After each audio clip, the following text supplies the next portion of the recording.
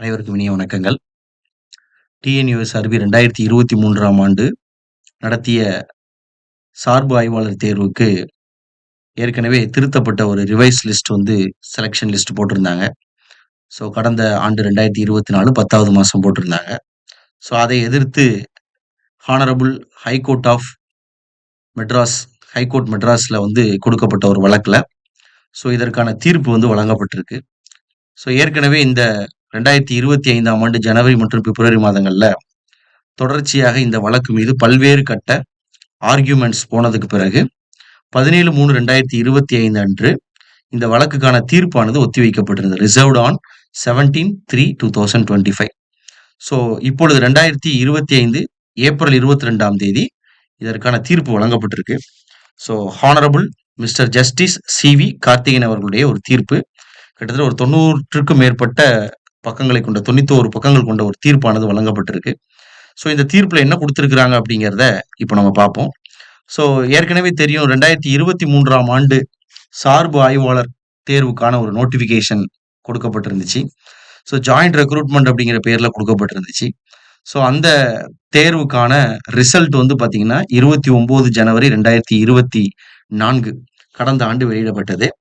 So அதற்கு பிறகு அது மேலே பல்வேறு வழக்குகள் போடப்பட்டு நீதிமன்ற வழிகாட்டுதலின் அடிப்படையில் மீண்டும் ஒரு ரிவைஸ்டு செலெக்ஷன் லிஸ்ட் அப்படிங்கிறத 3/10/2024 அன்று டிஎன்யூஎஸ்ஆர்பி அதை வழங்கியிருந்தாங்க. ஸோ அந்த லிஸ்ட் மேலையும் தொடர்ச்சியாக போடப்பட்ட வழக்கு அடிப்படையில் பல்வேறு ரிட் பெட்டிஷன்ஸோடைய ஆர்கியூமெண்ட் முடிஞ்சு கன்க்ளூஷன் தீர்ப்பு என்ன கொடுக்குறாங்க அப்படிங்கிறத இங்கே நம்ம பார்க்க போகிறோம்.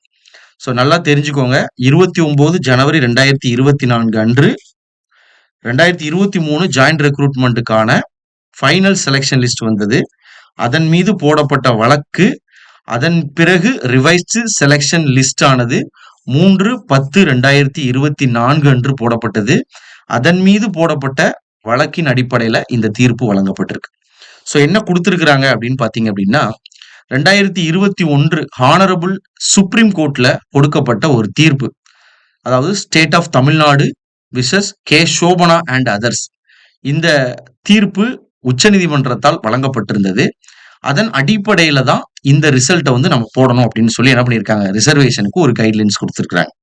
ஃபர்ஸ்ட் பாயிண்ட் என்ன சொல்லியிருக்காங்க அப்படின்னா, இந்த revised provisional selection list published on 3/10/2024 is set அசைட்னு கொடுத்துட்டாங்க, ஒத்தி வைக்கப்படுது.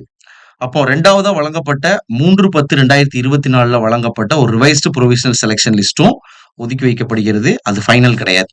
சரி, இப்போ ரெண்டாவது என்ன சொல்லியிருக்காங்கன்னா, Tamil Nadu government versus K Shobana and others 2021 honourable supreme கோர்ட்ல கொடுக்கப்பட்ட ஜட்ஜ்மெண்ட் அடிப்படையில 3 ஸ்டெப்ஸை ஃபாலோ பண்ண சொல்லியிருக்காங்க. ஸ்டெப் 1, அதாவது எல்லாருக்குமே தெரியும் தமிழ்நாடு அரசு 69% இடஒதுக்கீடை பின்பற்றுறாங்க. மீதி இருக்கக்கூடிய 31% தான் ஓப்பன் மெரிட் லிஸ்ட். அப்ப என்ன சொல்றாங்க, to first fill the 31% merit list on the basis of total mark. அதாவது கம்யூனிட்டி, கேஸ்ட், ரிலீஜியன் இது அடிப்படையில இல்லாம அந்த 31% மெரிட் லிஸ்ட்டை தான் ஃபர்ஸ்ட் ஃபில் பண்ண சொல்லி முதல் பாயிண்ட் சொல்லியிருக்காங்க. ரெண்டாவது என்ன செய்யணும் அப்படின்னா, அடுத்ததாக 69% ரிசர்வேஷன் ஃபில் பண்ணக்கூடாது. செகண்ட் என்ன செய்யணும்னா, பேக்லாக் வேகன்சிஸ்ன்னு கொஞ்சம் கொடுத்துருக்காங்க இல்லையா, அதை மெரிட் லிஸ்ட் அடிப்படையில் அந்த பர்டிகுலர் கம்யூனிட்டிக்கு ஃபில் பண்ண சொல்லியிருக்காங்க. தேர்ட் ஒன் தான் reservation for all the communities. இந்த 3 ஸ்டெப்பையும் ஃபாலோ பண்ண சொல்லியிருக்காங்க. ஃபில் பண்ணும் பொழுதே என்ன சொல்லியிருக்காங்கன்னா, இந்த மெரிட்டோரியஸ் ரிசர்வ்டு கேண்டிடேட்ஸ், இந்த ரிசர்வேஷனுக்கு கீழே வரக்கூடிய கேண்டிடேட்ஸை ஃபர்ஸ்ட் என்ன செய்யணுமா, ஜெனரல் டர்ன்ல ஃபில் பண்ண சொல்லிட்டு அதுக்கப்புறமா தான் அவங்களுடைய ரெஸ்பெக்டிவ் ரிசர்வ் லிஸ்ட்ல அவங்களை எடுக்க சொல்லணும். ஃபார் எக்ஸாம்பிளுக்கு ஒரு மெரிட்டோரியஸ் ரிசர்வ்டு கேண்டிடேட்ஸ் பிசி கேண்டிடேட்டா இருக்கிறார் அப்படின்னா அவருக்கான ஆப்பர்ச்சுனிட்டி ஜென்ரல்ல இருக்கும் பட்சத்துல ஜென்ரல்ல தான் அந்த கோட்டாவை அவர் ஃபில் பண்ணணும். அது இல்லாத பட்சத்துல தான் ரிசர்வ்டா இருக்கக்கூடிய லிஸ்ட்டை ஃபில் பண்ணணும். இப்போ ஏர்லியரா ரிசர்வ்டா இருக்கக்கூடிய லிஸ்ட்ல போய் ஃபில் பண்ணிட்டு ஜென்ரல்ல ஒரு ஆப்பர்ச்சுனிட்டியை விட்டுட்டு போகக்கூடாது. அதனால ரிசர்வேஷன் லிஸ்ட்ல உள்ளவங்க பாதிக்கப்படுவாங்க அப்படிங்கிறத இங்க சொல்லியிருக்காங்க.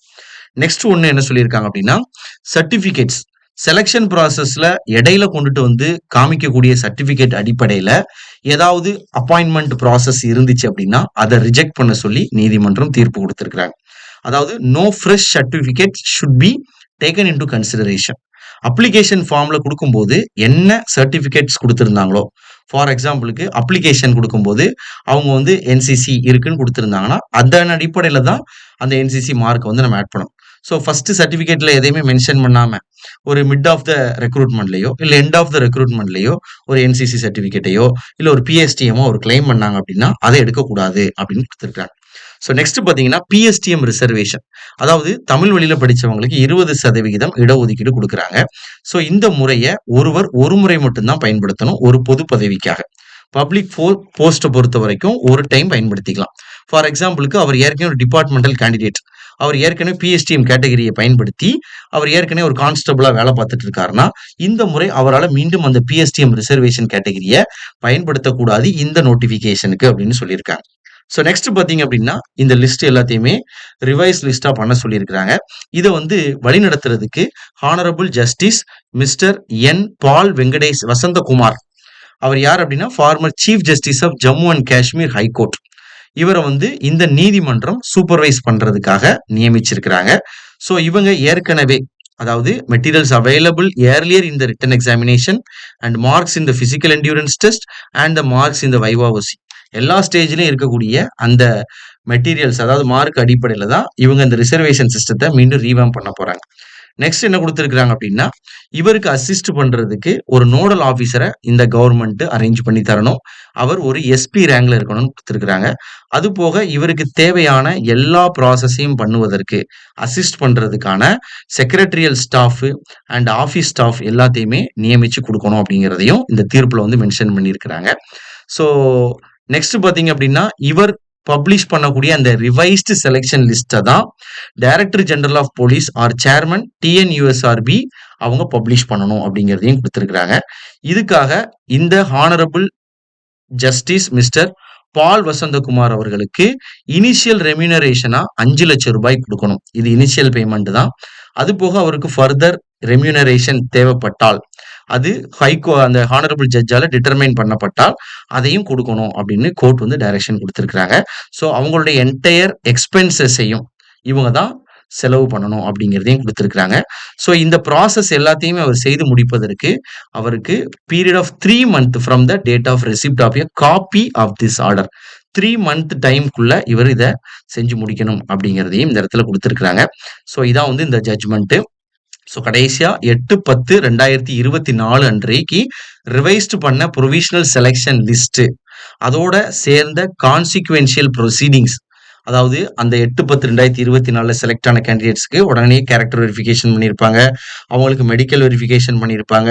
இது எல்லாமே உங்களுக்கு ஒத்தி வைக்கப்படுகிறது அப்படின்னு குடுத்திருக்கிறாங்க. ஸோ இதான் அந்த ஜட்ஜ்மெண்ட்ல வந்து அவங்க சொல்லியிருக்கிறாங்க. ஸோ இனிமே வந்து ஒரு ரிவைஸ்டு புரோவிஷனல் லிஸ்ட் வந்து ஒரு ஓய்வு பெற்ற நீதிபதியுடைய தலைமையில தான் நடத்தப்படும். அந்த லிஸ்ட்ட வந்து அவங்க தான் பப்ளிஷ் பண்ணணுங்கிறத 3 மாசத்துக்குள்ள அப்படிங்கிறத கோர்ட் வந்து தெளிவுபடுத்தியிருக்காங்க.